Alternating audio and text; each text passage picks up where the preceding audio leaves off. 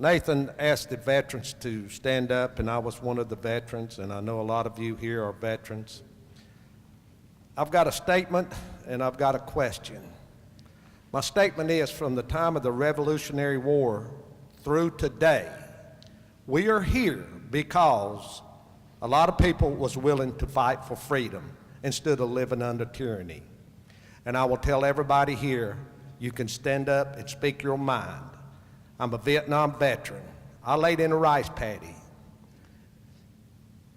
I may get emotional. Wanted to raise my head up out of the water and breathe, but I couldn't because I was afraid I was going to get shot. I don't know how long I laid there. It wasn't that long. It seemed like it was an eternity. But for those people that think that the lives that were lost was lost in vain, they're wrong. We're not living in tyranny. We're living in freedom right now, but it is slowly but surely going by the wayside. So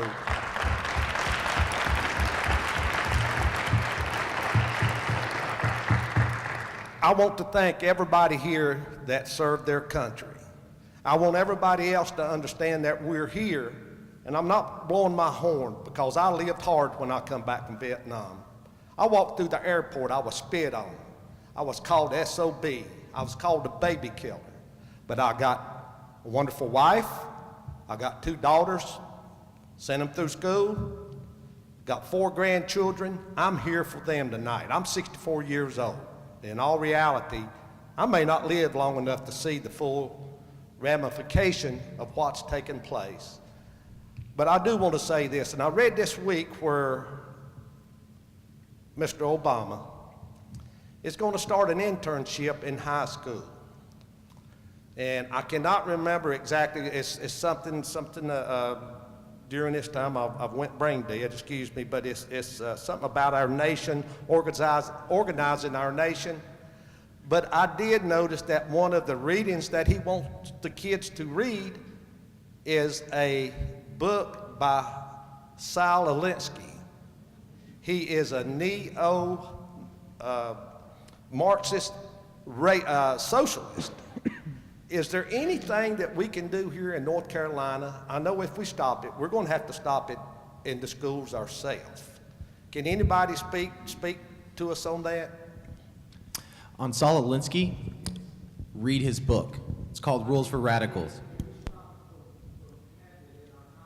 That's how you make it stop. You read their tactics. There's a reason that you've seen a large success by the left, especially in recent years, especially by Saul Alinsky, of these ideas permeating our education system, permeating our government. It's because they're tactics. Now, if there's one thing I can stress to anyone here tonight, it would be to read exactly that book. It's by Saul Alinsky, and it's called Rules for Radicals. It's all about community organizing, and a lot of conservatives, a lot of libertarians don't want to talk about that. But that's what this is all about: localism, community organizing. And when the left provides you with a manual, read it. You don't have to believe their philosophy, but you best darn believe their tactics. That's how you can stop it, is getting your neighbor down the street, get him riled up about it.